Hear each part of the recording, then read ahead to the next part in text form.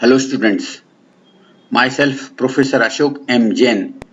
In this lecture, I am going to discuss the EMF equation, types of excitation of DC generator or motor, whatever there, and we will discuss the voltage build-up process. Okay, so first of all, I am going to discuss the EMF equation, how the EMF induced, what is the derivation I am going to discuss. Here, before discussing, I want to discuss what is a flux phi. Phi, the terminology I am going to discuss. What is the flux phi? Phi is the flux per pole in Weber.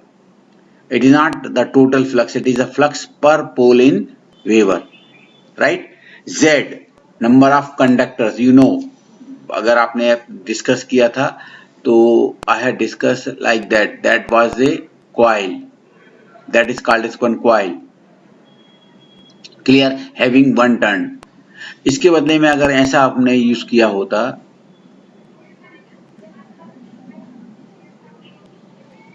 like that, this is the two turns, second, third turn, right, like this. So यहाँ turns कितने? 3, 1 2 3 1 2 3.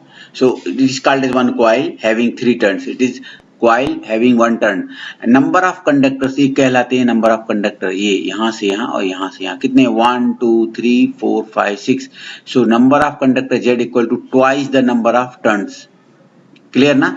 तो यहाँ पर कितने हैं? Z number of conductor 1 plus 1 2 times of the turns, 2 times into 1 2. लेकिन यहाँ कितने टर्न्स? 1 2 3 1 2 3. सो Z कितना हो जाएगा? 2 times the turns equal to 2 into 3, that is 6 conductors are there. 1 2 3 4 5 6 like that. So number of Z is the number of armature conductors. Number of armature conductors equal to what? Number of slots into number of conductor per slot. याद रखना, number of slots into number of conductor per slot or twice the number of turns, you can say, or 2 times of the turns. P, number of poles. Number of poles, 4 pole machine, 2 pole machine, 6 pole machine, 8 pole machine, number of poles. A, capital A is the number of parallel path in armature. Number of parallel path in armature. N, armature rotation in RPM. Capital N लिखा है तो number of rotation in RPM, revolution per minute. And EMF EA is the EMF induced in any parallel path in volts. So this is the EMF equation we are going to derive. Okay, so from when we rotate the armature, it will cut the flux, and according to Faraday's law of electromagnetic induction, EMF will be induced. So from Faraday's law of electromagnetic induction, EMF induced, average EMF induced, average EMF generated or induced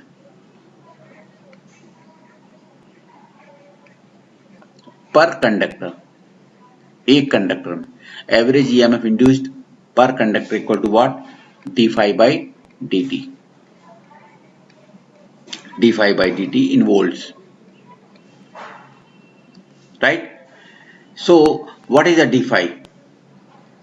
What is a let flux cut per conductor? Let us say flux cut per conductor, let us say d phi. It is a d phi equal to क्या होगा? d phi कितना flux कटेगा? phi क्या है? Flux पर पोल है. And how many poles are there? P. So total flux cut in one revolution, it is the P into phi. Phi into P. It is the flux cut per conductor in one revolution. In one revolution में, in one revolution में कितना flux कटेगा? अगर आपका पूरा का पूरा एक रिवॉल्यूशन हो तो फ्लक्स का फाई क्या है? फ्लक्स पर पोल, एंड नंबर ऑफ पोल कितने? P. So total flux will be cut down by phi into P. Okay. Now number of revolution per second लेते हैं. Number of revolution per second कितना हो जाएगा? N क्या है? Capital N revolution per minute है, तो पर सेकंड कितना हो जाएगा, डिवाइड बाई सेकंड। मान लो सपोज करो 120 आरपीएम है, रिवॉल्यूशन पर मिनट है, तो पर सेकंड कितना आएगा, 120 upon 60, that is the 2 RPS, revolution per second. So number of revolution per minute कितना है, एन, कैपिटल एन था, RPM revolution per minute. If you divide by second, so 60 से divide करोगे तो पर सेकंड आ जाएगा, तो n by 60। Now so time required to complete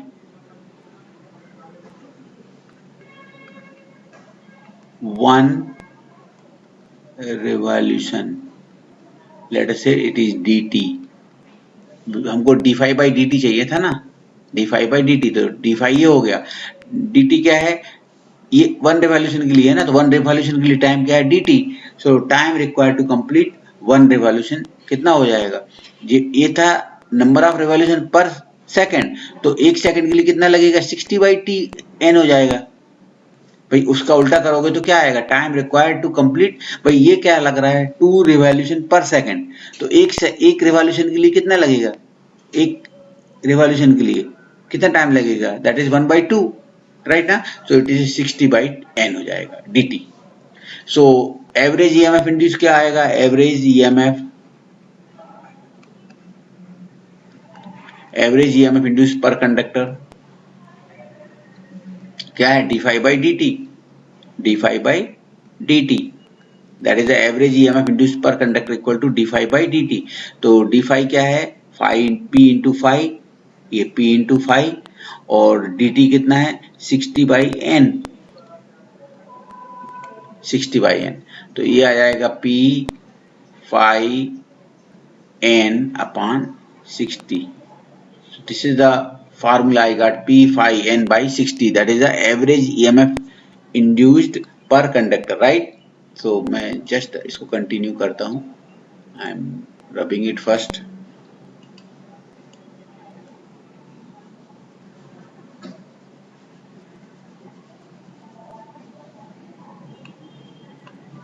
I'm continuing this. Okay. So I got average EMF induced per conductor, that is d5 by dt equal to what? I got p phi n upon 60. I got it. P phi n by 60. Okay, so I got it. Now if A are the parallel path, A are the number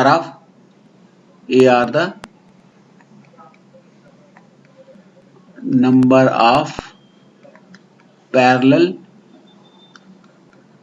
path, and Z are the number of what is the Z? Total number of conductor. Z are the total number of conductor, right ना। so number of conductor per path कितने हो गए, so number of conductor per path क्या हो जाएगा, total conductor कितने थे, Z per path, how many parallel path, A, so number of conductor per path is Z by A, clear ना। So average EMF induced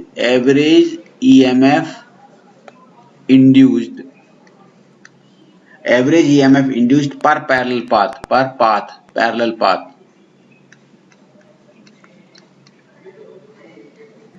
average EMF induced per conductor ये था कितना, P phi n upon 60, और average EMF induced per path कितना हो जाएगा, Z by A। So you will get the average EMF induced per path is represented by A equal to what, P phi Z n upon 60A. This is the EMF equation of generator, right? P phi Z n upon 60A. Now in case of, अभी suppose करो कि A for wave winding है, for wave winding. So A equal to क्या होगा, always 2, clear ना। So A equal to 2 and for wave lap winding A equal to क्या होगा, P. So this is also known, okay na. So this is also A equal to P. Okay, so you can say here P number of poles, Z number of conductor 60, and A number of parallel paths, all are constant or not? These are constant. Let us say Ka. So you can say Ea equal to Ka, that is a constant. Variable term क्या है, phi and speed, phi into n, or you can say Ea is proportional to n phi. That formula is very important, we will use right now. Generated EMF depends on what, flux and speed, n and phi, बाकी के सब constant है। Okay, सो k क्या है, p z upon 60a. So Ea equal to Ka1 constant phi into n, or Ea proportional to n phi. याद रखना इसमें wave binding के लिए A इक्वल टू 2 है एंड लैप बाइंडिंग के लिए A इक्वल टू P है। सो this is the EMF equation of generator. In case of motor, EMF equation will also be there, but it is called as back EMF EB. So we'll discuss that point later on. Okay, I'm coming back to the presentation. Right, so this is the EMF equation. A equal to क्या होता है, P phi Zn upon 60A. So that formula is very important. We will use that formula to solve the problems. Okay, and everywhere it is very useful. ठीक है, the next part I am going to discuss, that is the types of DC machine, types of DC generator, you can say. It depends on the types of excitation. DC machine क्या कहलाता है, it is called as energy converter device. It converts AC to DC, sorry, mechanical energy into electrical energy, or electrical energy into mechanical energy. One is called as generator and the other is called as a motor. So it is called as energy converter device. Energy conversion is possible only when field is there. जब तक flux नहीं है, field नहीं है, energy conversion is not possible. Okay, that is represented by first finger in the Fleming's left hand rule and right hand rule. और so we have to excite the field winding. जब आप field winding को excite करेंगे, इसका मतलब क्या करेंगे, field winding को सप्लाई देंगे. तो फील्ड वाइंडिंग क्या करेगा, it will produce the flux. current carrying conductor produces the flux. So flux produce हो जाएगा, that will flow from north pole to south pole. In this way field will be formed. Clear? So how you are going to excite the field, that is called as types of excitation, and accordingly it is called as types of DC machine. So we have two types of excitation. One is called as separately excitation, and the generator is called as, or the DC machine called as separately excited DC machine, maybe generator or motor. Second is called as self excitation. The machine is called as self excited machine. Clear? So we'll discuss this self excitation and separately excitation. We'll discuss. So first of all, what is a separately excitation? Machine is called as separately excited DC generator or separately excited DC motor. Clear? In case of separately excitation, there is no, this is the armature, and armature को actually अगर आप देखेंगे तो we will represent by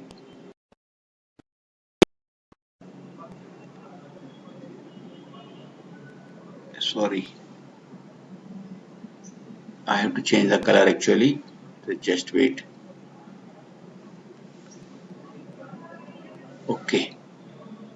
Okay, so this is represented by A1 and this is the represented by A2. You can say these are the brushes. These are the brushes. कितने brushes हैं? 2. No, it is not 2. It is maybe 4. It may be 6. It may be 8. Depends on what? It depends on आपके types का armature कौन सा, armature winding क्या है. अगर wave winding है, number of brushes will be A1 and A2. दो ही रहेंगे ब्रशेस, बट लैप वाइंडिंग है तो A B, A equal to what P, may be 4 6, यहाँ 4 6 नहीं दिखाएंगे, that is a representation, only दो ही दिखाते, चाहे वो लैप हो चाहे वेव, दिखाने के लिए, but number actually depends on the lap and wave winding. So it is A1 and A2, this is armature connection. Clear. अंदर क्या दिखाएंगे, आर्मेचर वाइंडिंग है RA and EMF induce is EA, and this is the field winding F1 and F2. No interrelation, there is no connection between armature and field. Clear. And we have to excite, we have to give the supply to the field winding from the separate DC source. We are, जब तक आप इसको supply नहीं देंगे field current flow नहीं होगा, that is a field current. और field current flow होगा तो क्या होगा, this field current links with the entrance of the field winding, produces the set up the MMF, and upon reluctance equal to flux will be produced. That flux is flowing from north pole to south pole. There is no relation between the field winding and armature winding, and we are exciting, we are giving the supply, we are giving the supply to the field windings from the separate DC source. That's why it is called as separately excitation. Clear. There is no relation between the field winding and armature winding. You can design the field winding for any convenient voltage. आपके पास 12 volt की battery है, you can ask I want this much of this size of generator, but field winding should be of 12 volt DC only. आपके पास दो battery है, you can say I want field winding should be separately excited, and it should be designed for 24 volt, like that. It can be designed for any convenient voltage. Clear. सो इसका कोई relation नहीं है field winding और armature winding का. अच्छा, ये जो current है, ये कौन सा करंट है, current flowing through the armature, it is called as IA, armature current. और यहाँ आपका लोड लगा है तो ये करंट कौन सा है, IL, लोड करंट. और जनरेटर है तो जनरेटर क्या कन्वर्ट करता है, mechanical energy will be convert into electrical energy. तो करंट का डायरेक्शन आउटगोइंग साइड रहेगा. This is EA generated voltage और ये VT. Okay, and current always flows from higher potential to lower potential. इसका मतलब है EA in case of generator, always EA is greater than VT. क्यों, current बाहर की तरफ जा रहा है भाई. जनरेटर क्या कर रहा था, generate electricity and it will supply the current, कौन को, लोड को. तो current will go in this way. तो current always flows from higher potential to lower potential. Higher potential क्या है EA, लोअर पोटेंशियल क्या है VT. So EA is greater than VT. Okay, anyway, right. So this concept should be, you have to keep in your mind, always generated voltage will be greater than terminal voltage VT. Sir mouse लग रहा है क्या आपको? Okay, so here IA equal to IL, you know, IA equal to IL, क्यों, same है ऐसा. और IL equal to क्या होता है, पावर मालूम है आपको, पावर कितना, लोड का पावर मालूम है, कितने पावर का वाट का लैंप लगा रहे हैं, 100 वाट, 200 वाट, 1000 वाट. P is known, and VT you know VT also. You can measure the terminal voltage. You can't measure EA, but you can measure external quantity in a VT. So these two are known. You know IL, you know IA. And I told you already, EA is more than VT. So VT plus रहेगा कुछ IA RA. ये this is VT. यहाँ का voltage VT है तो यहाँ का voltage क्या है, VT. VT मालूम है आपको और EA मालूम करना है, तो VT प्लस IA RA होगा. क्यों, EA will be more than VT. So EA equal to VT plus something equal to A. This is the equation I am getting. So these two equations, IA equal to IL रहेगा and EA equal to VT plus IA RA, you can measure it. Okay, so in case of separately excited generator.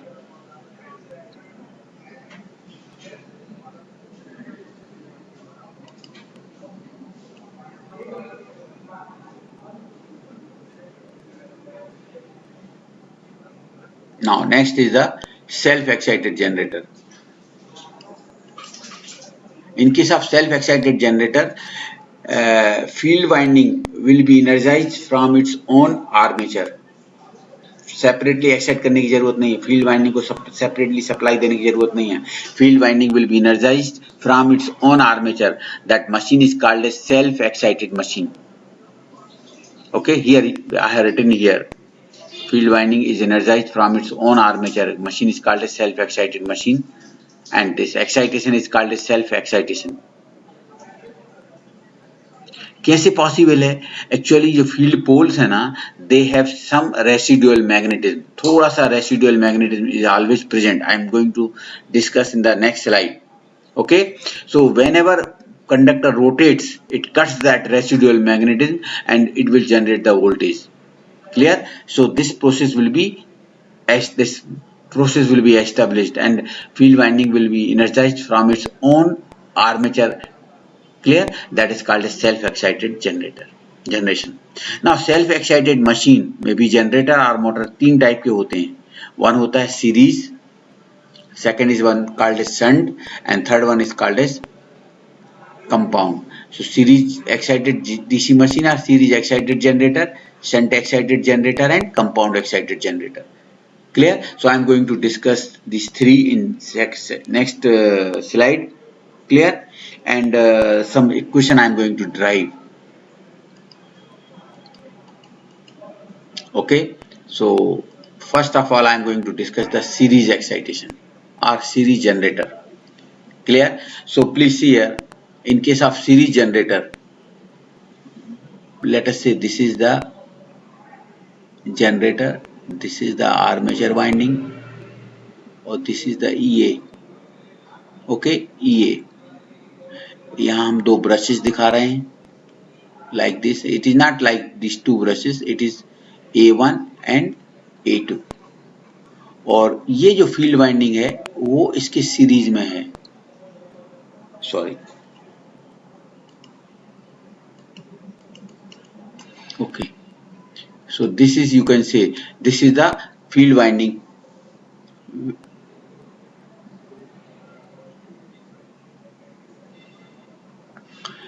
Few turns are there, याद रखना है. मैं ये कुछ ही turns दिखाएं, few turns, maybe 2 or 4 turns are there, right?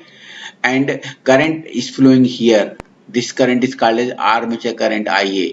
This current is known as IF. This current is known as, load यहाँ लगाया है, IL. So you can say IA equal to IF equal to IL in case of series generator. तीनों current same रहेंगे. और IL कैसे निकाल सकते हैं? P and VT. ये जो वोल्टेज होता है यहाँ पर, इसको बोलते हैं terminal voltage. The voltage available at the terminal is known as VT. So P is known, कितना लोड लगा रहे हो आप, 1000 watt, 2000 watt, 500 watt, 200 watt. Okay, P is known and V is known. So P और V से क्या मिल जाएगा? IL और IL और IA और IF सेम होंगे. Equation number 1, you can get IA. This resistance is known as RSC, series field winding का resistance RSC कहलाएगा. This is RA. Clear? And few turns आप थिक कंडक्टर लेते हैं. क्यों few turns क्यों लेते हैं और थिक कंडक्टर क्यों? Because R should be low or high. This resistance RSC should be very low or very high. अगर very high ले लिया आपने तो क्या हो जाएगा? ड्रॉप ज्यादा यही हो जाएगा, मोर ड्रॉप हो जाएगा, और ड्रॉप ज्यादा होने से VT will be reduced. तो याद रखना है, this should be very very less, maybe 0.4 ohm, 0.5 ohm, 0.6 ohm like that. और रेजिस्टेंस इक्वल टू क्या होता है? Rho L by A. Copper है तो रो कांस्टेंट है. Length should be less. Resistance कम करना है तो length should be less. Length कब कम होगी? जब नंबर ऑफ टर्न्स ज्यादा होगी. कम, फ्यू टर्न्स. लेंथ कम करना है तो रेजिस्टेंस कम होगा. लेंथ कम करने के लिए फ्यू टर्न्स लेना है, right? Second is the area. Area should be more or less. Whatever the current flowing through the armature, same current flowing the field, same current flowing through the IL. So current flowing through the field will be very large. It depends on the load. Large. Current ज़्यादा होना चाहिए तो area क्या होना चाहिए? Should be less. It is a thin conductor. Area should be more. Okay, area should be more. More current, more I, area should be more. तो area thin ले लिया तो डैमेज हो जाएगा. Area should be more. So area should be more, so obviously resistance will be less. Clear? So it is few turns लेना है एक, और दूसरा लेना है thick conductor, thick armature conductor. इसके थिक आर्मेचर कंडक्टर हैं और फ्यू टर्न्स हैं, वो आपका सीरीज फील्ड वाइंडिंग है. Be careful about it. Examiner में आस्क्ड इन ओरल कि वही दो फील्ड वाइंडिंग हमने बाहर निकाल कर दी, कौन सी फील्ड शंट की है, कौन सा सीरीज है, तो you have to check it. Right. Next. So you can get IA. Now ये VT will be known. You measure the voltmeter by using the voltmeter. You know VT. और EA अगर आपको कैलकुलेट करना है तो EA will be more or less, always more, because always current flows from higher to lower. So EA equal to क्या होगा, VT plus IA RA plus IF RSC. और IF और IA सेम है तो plus RSC same है ना, ये series में. तो यहां से और यहां का डिफरेंस में क्या होएगा, ये दो ड्रॉप ऐड हो जाएंगे. राइट. सो ये equal to VT plus IA plus RSC. This is the second equation we know. So in this way you can calculate EA. Okay. So just that is the way. याद रखना, series field winding कहां connect है, in series with the armature. Number of turns क्या चाहिए, कम की ज्यादा, कम चाहिए. क्यों? अगर ज्यादा रख लिए तो रेजिस्टेंस बढ़ जाएगा, रेजिस्टेंस बढ़ गया तो ड्रॉप ज्यादा हो जाएगा. एक और सेम करंट फ्लो हो रहा है फील्ड में और आर्मेचर में और लोड में, इसका मतलब है it should carry more current. So thickness conductor cross sectional area should be high. Be careful about it. Okay, I am rubbing it.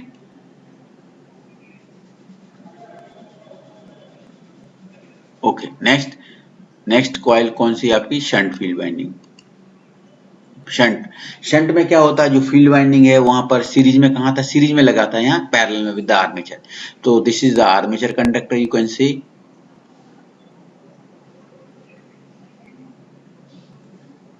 This is the armature conductor A1 A2. Right. और ये armature winding है RA और ये आपका EA है. This is the brushes A1 and A2. ये आपका terminal है. Okay. You can connect the load here.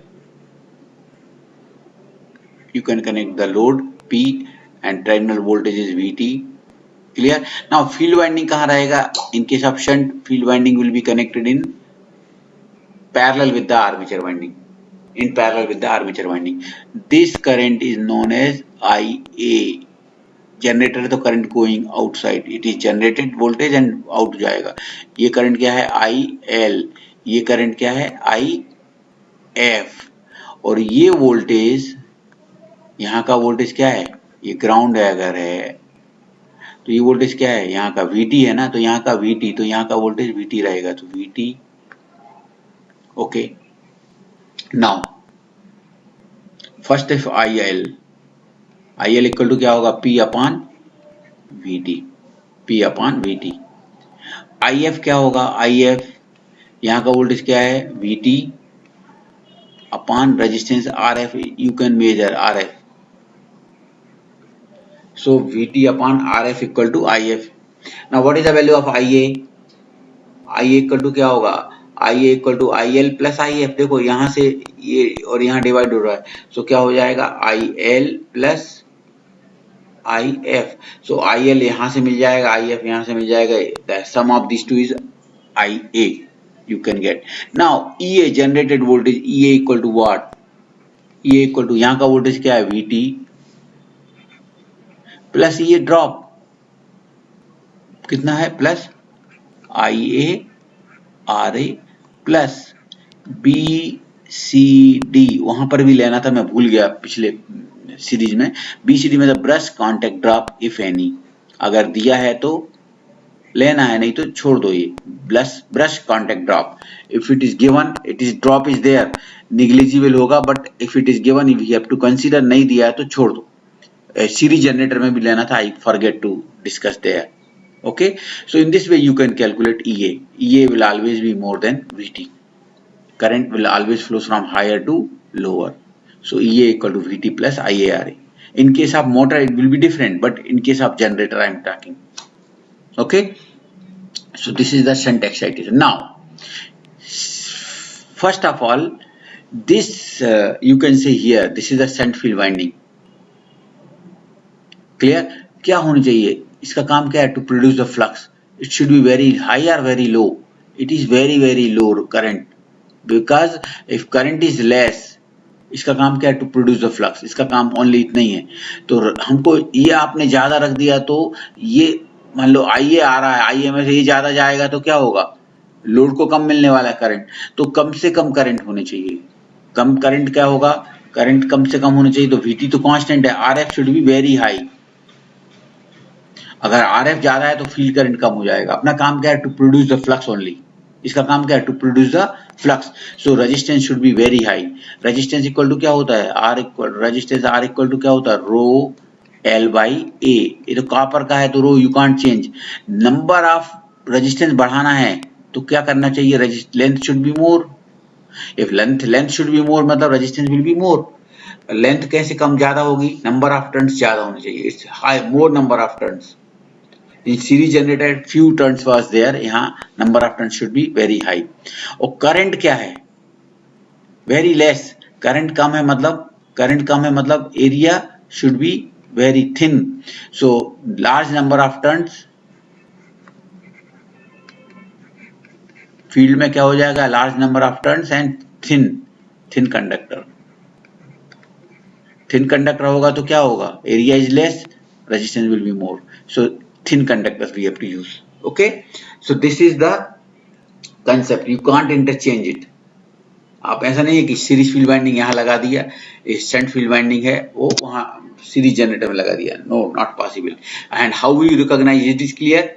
Okay, so this is the way of getting the EMF equation EA. Okay, I am rubbing it.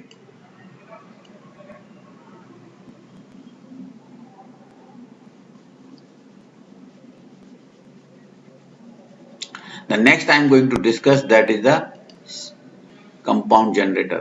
Compound generator, compound का मतलब क्या होता है, I have two field windings.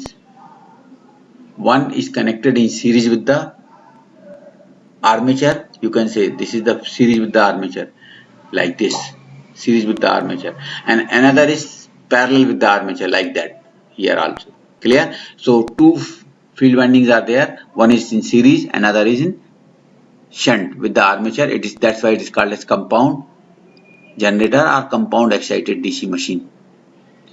Again, both field windings are there, will generate the flux, will produce the flux. Clear? Both will produce the flux in the same direction. It is called as cumulatively connected compound generator or machine. One flux is opposite to other, it is को बोलते हैं differentially connected.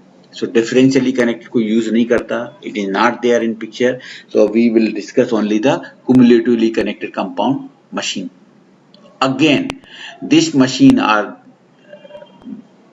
will be two types. One is called as short shunt, another is called as long shunt. Short shunt का मतलब क्या होता है, ये जो सीरीज फील्ड वाइंडिंग और आर्मेचर,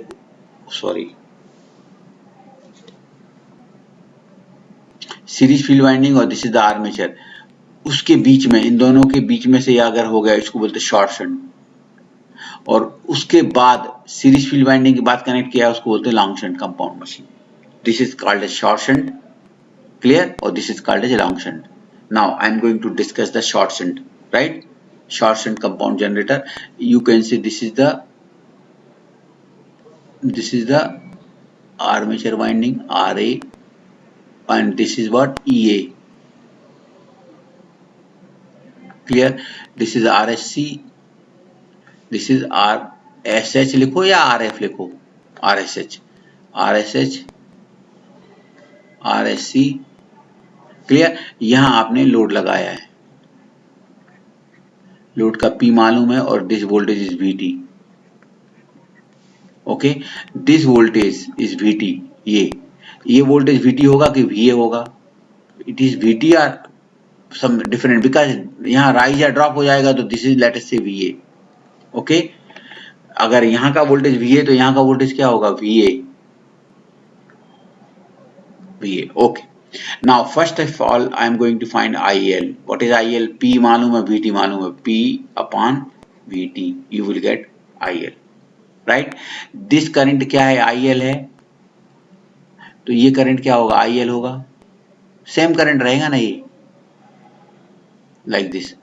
सो ओके, सो यहाँ का ड्रॉप क्या होगा? IL into RSC. तो VA क्या होगा? You will get VA. VA is more than VT or less than VT. Always current flows from higher to lower. So VA is more than VT. Current flows from, this is higher, this is lower. Current is flowing from higher to lower. So VA equal to क्या होगा? VT मालूम है आपको, you have measured, plus IL RSC. ये drop current क्या है? यहाँ पर IL है. Okay, so you will get VA. Now can we find IF or ISH? Yes, या IAF या यहाँ का करंट, या ISH शंट फील्ड करंट कितना होगा? VA मालूम है, VA अपॉन RSH. VA मालूम, यहाँ का voltage VA upon this resistance RSH, you will get IF. Now what is the value of IA? IA equal to क्या होगा? IA equal to IL plus ISH. IL plus ISH, इन दोनों का current, sum of this two current equal to IA. IA मिलने के बाद EA equal to कैसे निकालेंगे? EA इक्वल टू, ये वोल्टेज लेंगे VA प्लस दिस ड्रॉप, क्या होगा? IA RA plus BCD if any, brush contact drop if any, है तो, नहीं है तो neglected. So in this way you can calculate EA. Okay, this is the way of finding the EA. Okay, now we have a long shunt compound DC machine, long shunt. Okay, in case of long shunt compound generator, let us say this is, I am connecting the load, this is the VT, this is the IL. अगर okay, so I can calculate IL first. IL equal to what? P, power मालूम है और VT मालूम है, P upon VT equal to you will get IL. तो यहाँ का voltage क्या होगा? ये वोल्टेज और ये voltage same, that is VT. So you can calculate IF, ISH. ISH क्या होगा? ये वोल्टेज, ये वोल्टेज कितना है? VT है ना. यहाँ पर इट इज नॉट, यहाँ पर VA था, यहाँ पर VT, because same voltage here, right? VT upon RSH. So VT upon RSH, you will get ISH. What is the value of IA? You can calculate IA equal to what? IA equal to what? IA equal to क्या होगा? यहाँ का current, this current plus this current, IL plus ISH. So I got IA. Now EA equal to what? EA equal to यहाँ का voltage EA equal to this is RA, right? So EA equal to क्या होगा? EA equal to VT plus VT is always lower potential, EA is higher potential, so current ऐसा flow जा रहा है. So VT plus this drop, so VT plus क्या होगा? IA RA plus RSC, ये दो ड्रॉप हो जाएंगे ना, this plus this, okay, plus BCD if it is given.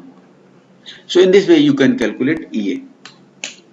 So you can calculate EA in different ways, you must know, and some examiner may ask some numerical based on that only. Okay, so that is the way. So we have two types of generator. One is called as separately excited, another is called as self-excited. Again, self-excited generator will be divided into three categories: shunt, series and compound. And again, compound will be divided into two categories: short shunt and long shunt, right? So we have discussed how to get the EMF EA in all these cases. Just it is your concept is clear, you can get it. Okay, and the one more portion I want to discuss here only, that is called as voltage build-up process. Voltage build-up कहाँ होता है? Separately में कि self में? Self में. Separately में तो separately excite करते हैं. Clear? So I am going to discuss the voltage build-up process in DC generator. I'm taking a shunt generator, right? So this is the shunt generator I'm going to discuss. This is the armature winding. You can say here this is RA and here it is EA. Clear? And this is the terminal voltage VT, and you can connect the load here, right? Now first of all, we are not exciting the field. In case of self, this is shunt generator. क्या है? Self excited generator है. Field winding will be energized from its own armature. Now you can say here I am going to draw field winding. Field winding resistance क्या है? Field winding resistance यहाँ का voltage क्या है? अगर ये resistance नहीं है, मान लो ये जो टर्मिनल वो यहाँ कनेक्ट है, क्लियर ना? तो यहाँ का वोल्टेज क्या है? VT है, तो यहाँ का VT, ये यहाँ कनेक्ट है तो यहाँ का voltage VT. So this is the characteristic I am going to draw, EA versus IF. EA versus IF कैसा EMF इंड्यूस हो रहा है, और ये जो OA लाइन है ना, OA line, this OA, it shows the field resistance line. भाई फील्ड रेजिस्टेंस कांस्टेंट है कि नहीं? मान लो सपोज करो 100 ओम है, तो कांस्टेंट है, तो कांस्टेंट है मतलब क्या होगा?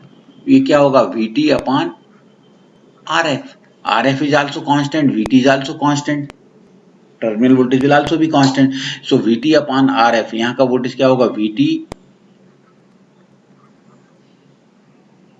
यहाँ अगर ये टर्मिनल यहाँ है तो VT upon RF equal to 1 resistance 100. तो रेजिस्टेंस कांस्टेंट है तो क्या होगा? It shows by straight line. So OA जो लाइन दिख रही है ना, it is a field resistance line है, कांस्टेंट लाइन है, constant resistance line. You can represent by, भाई ये वोल्टेज मान लो इतना है, ये करंट इतना है, सो एक पॉइंट आ जाएगा, ये वोल्टेज बढ़ गया तो करंट बढ़ गया तो एक अनदर पॉइंट मिलेगा. तो ये एक कांस्टेंट रेजिस्टेंस है, तो it is showing by some line. OA is a field resistance line, right? Now, so I am going to draw it. Now, just when we rotate the generator with the help of some prime mover, I am going to rotate with the help of some prime mover. Suppose करो ये switch, यहाँ एक switch लगा दो, open है, switch open है, तो क्या होगा? I am assuming, please, this switch is open. What will happen? Generate voltage होगा कि नहीं होगा? It will generate. जैसे ही आप इसको रोटेट करेंगे ना with the help of some prime mover, this is a motor or any prime mover.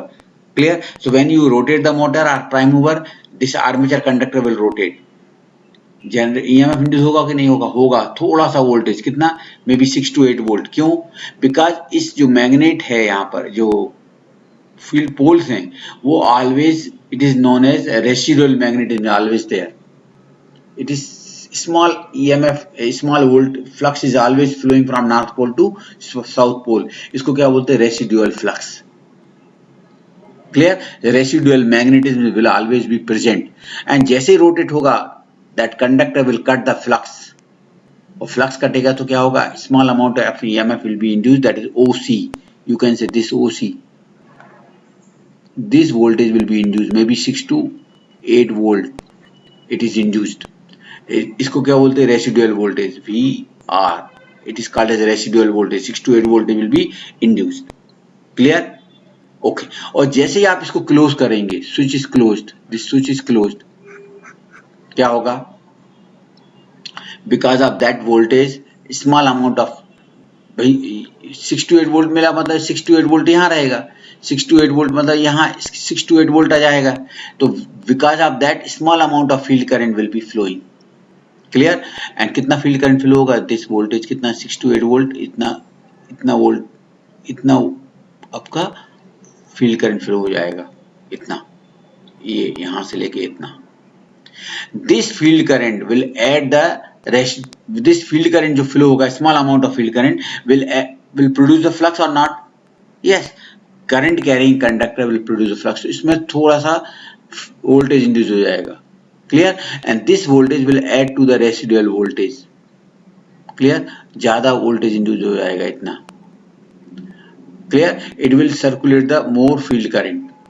भाई ये जो वोल्टेज इंड्यूस हुआ है वो क्या किससे ऐड करेगा, रेसिडुअल वोल्टेज से। More the flux, more voltage, more flux cut down, more EMF, and this process will be continue like that, like that, like that, clear ना। ऐसा भाई सीधा सीधा रूल ये है कि पहले रेसिडुअल मैग्नेटिज्म था, रेसिडुअल मैग्नेटिज्म के कारण ईएमएफ इंड्यूस हो जाएगा, ईएमएफ क्या करेगा, फील्ड करंट्स को सप्लाई करेगा, field current produce a flux, more flux will at the residual magnetism, more EMF induce हो जाएगा, more, and this process will be continue till end point, इसके आगे तक नहीं जाएगा ये, this is the voltage induce, ऐसा ऐसा होके you will get here, इसके आगे इंड्यूस नहीं हो जाएगा, that is the rated voltage you will get, and इतना वोल्टेज पहुंचने के लिए it may require few seconds, आपको पता ही नहीं चलेगा, voltmeter will show this voltage only, this voltage only, that is called as voltage build up process। कहाँ होगा ये, self excited generator में, clear, so this process is called as voltage build up process। if you want I can explain it again, मैं again separate एक sheet लेता हूं, clear, and I am going to show it again.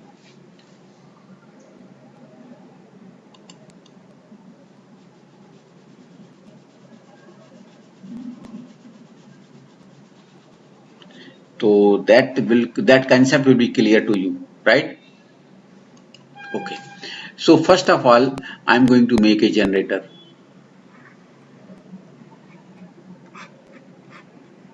EA और A RA,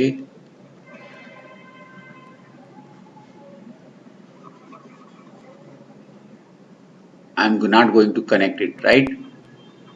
I'm not going to connect, this is the load, this voltage is VT, okay? Now I'm going to rotate with the help of some prime mover,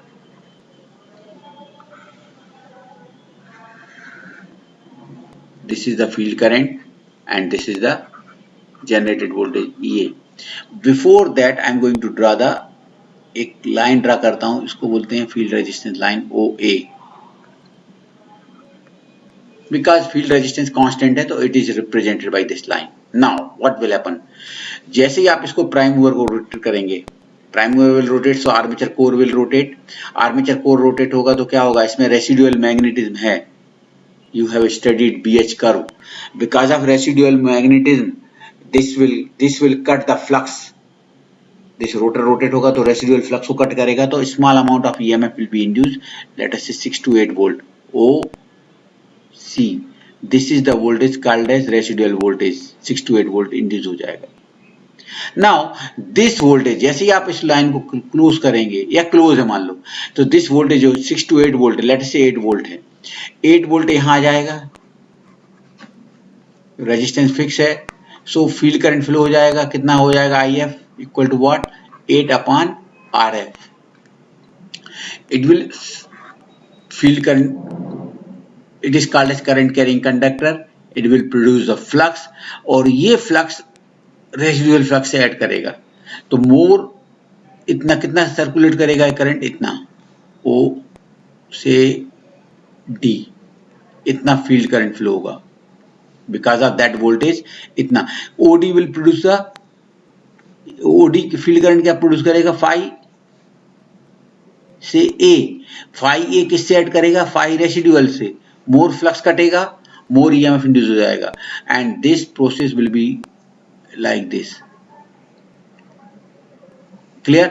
अभी कितना, इतना induce करेगा, इतना EMF कितना field current supply करेगा, OE, ये OE मोर flux produce, इतना EMF induce हो जाएगा, इतना सर्कुलेट करेगा, and this process will be continue like this, clear, ये process will be continue up to N, तो this is the voltage, let's say 230 volt, इसके आगे नहीं जाएगा, 230, 240, 250, whatever there, and this process will be continue. Clear? This is the voltage build-up process we have. Now, what are the reason of failure? I'm just going back. What are the reason of failure? I will discuss. Is it clear? I'm rubbing it.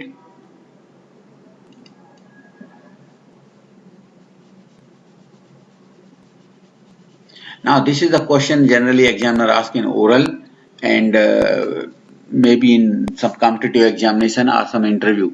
Okay, so I'm going to discuss the reason of failure and remedies. Okay, so first of all, what are the reason of failure and remedy? So before that, I'm coming back here. Suppose करो पहला reason ये है कि it is showing 0 volt. It is showing only 0 volt. Volt meter showing 0 volt only. यहाँ पर आपका volt meter लगा है ना, राइट ना. इट इज शोइंग 0 वोल्ट और बढ़ ही नहीं रहा. इसका मतलब क्या है? It is showing 0 volt and it is not increasing और डिक्रीजिंग.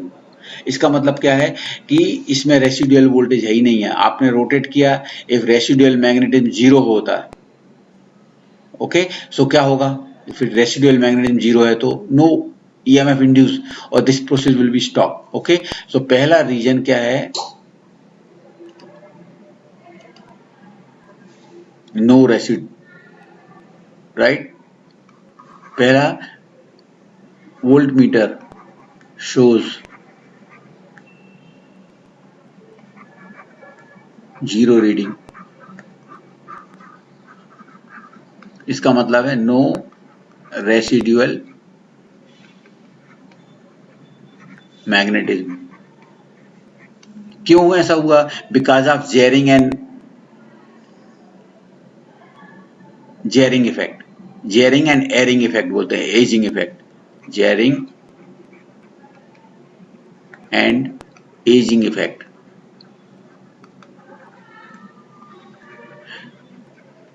क्लियर? अगर आपकी जैसे एज बोलते हैं ना, एज मतलब जैसे हम एजेड हो गए, एजेड हो जाने से क्या हो जाएगा? हमको कमजोरी आ जाती है. Same process in the motor also, because of ageing. Motor बहुत साल होने के बाद क्या हो जाता है? एजिंग इफेक्ट बोलते हैं. एजिंग इफेक्ट के कारण residual magnetism will be reduce. अगर आदमी को एजिंग इफेक्ट आ गया, हम कमजोर हो गए, तो हम क्या लगता है? हमको टॉनिक लगता है. क्लियर ना? सिमिलरली मोटर्स जनरेटर को भी टॉनिक देना. टॉनिक देना मतलब क्या करना है? Separately excite the field winding for some time.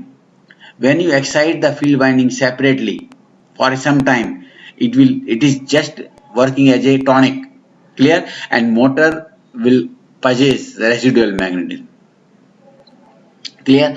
And jarring means what? When for during the transportation, आप मशीन को शिफ्ट कर रहे हैं एक जगह से दूसरी जगह. सो जब आप उसको शिफ्ट करेंगे तो क्या होगा? मोटर को आप एक जगह से दूसरी जगह ले जाने के बाद उसको पटकते हुए ले जाएंगे.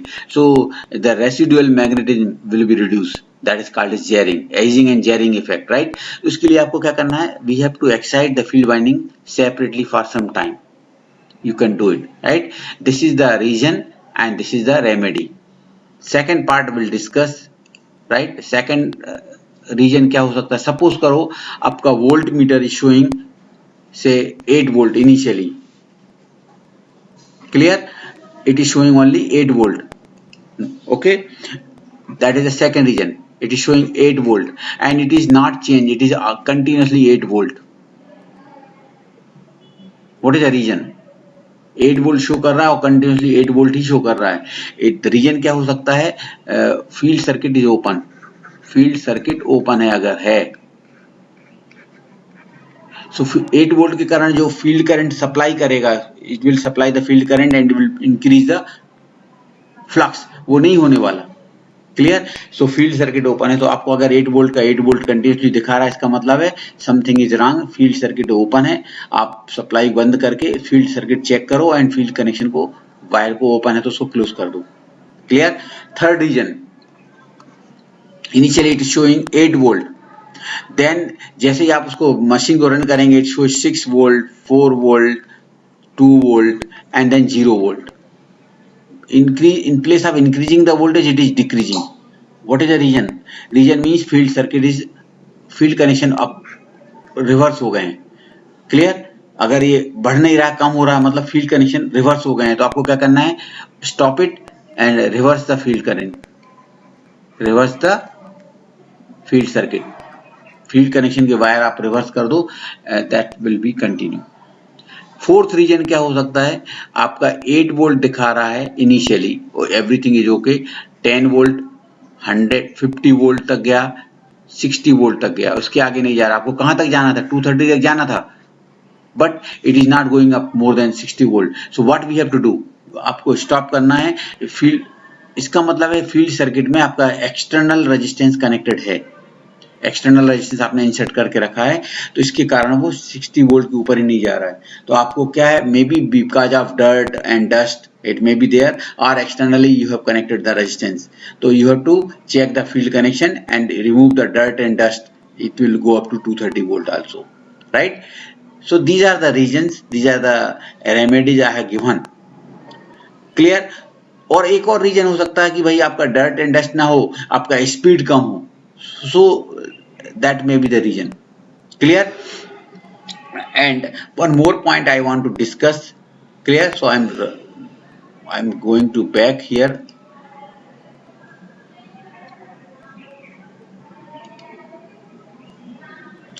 Okay, I'm just rubbing it.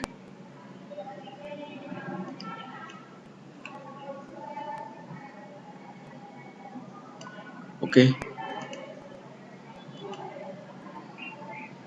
Yes. कितना भाई, अभी आपने ये रेजिस्टेंस इंसर्ट किया.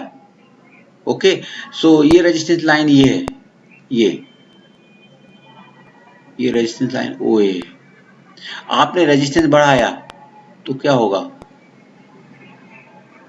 रेजिस्टेंस बढ़ाओगे तो ये रेजिस्टेंस लाइन यहाँ चली जाएगी, तो जनरेटेड वोल्टेज विल बी, ये पहले n तक था, ओ n मतलब 230 था, अभी 210 तक हो जाएगा, यहाँ तक जाएगा. क्लियर? आपने और रेजिस्टेंस बढ़ाएगा तो ये रेजिस्टेंस यहाँ तक बढ़ा दिया तो कितना तक जाएगा? यहाँ तक जनरेट होगा. सो जैसे जैसे आप रेजिस्टेंस इंसर्ट करेंगे, generated voltage will be reduce, अभी और कम वोल्टेज हो जाएगा. As you increase the resistance, this resistance, when you increase the resistance क्या हो जाएगा? This line will be here and reduce, generated voltage will be reduce. तो क्लियर? तो एक रेजिस्टेंस ऐसा है कि ये लाइन इसके टेंजेंट हो जाए, इसके टेंजेंट मतलब इतना, इतना, ये जो लाइन दिख रही ना, ये okay line, that is the resistance line. It is tangent to the this curve, parallel to this curve. So यहाँ पर आपका indefinite resistance है, slightly resistance slightly more than that, voltage will be induced here, slightly less than that, voltage will be induced up to here. So this resistance OK is, that is the resistance represented by line OK, called as critical field resistance line. Critical field resistance line. Clear? If resistance is more than the critical field resistance line, generated voltage will be very less, say इतना ही voltage induce होगा. If it is less than that, generated voltage will be going up to this point. So resistance should be, this is the called as, this is OK line, represents the critical field resistance line. What is OK? It is, we have to draw, what is a critical field resistance? It is the line drawing parallel or tangent to the voltage curve. Clear? And resistance should be less than the critical field resistance. Clear? So I have discussed what is a critical field resistance, what is a how the voltage will be induced, and what is the region of failure and remedies, right? So you can read it, and this is very important. Examiner may ask some questions on it. Okay, so I'm rubbing it.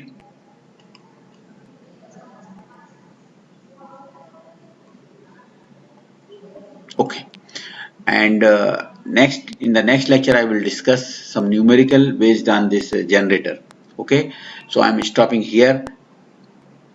Okay, thank you very much for listening me carefully. Thank you.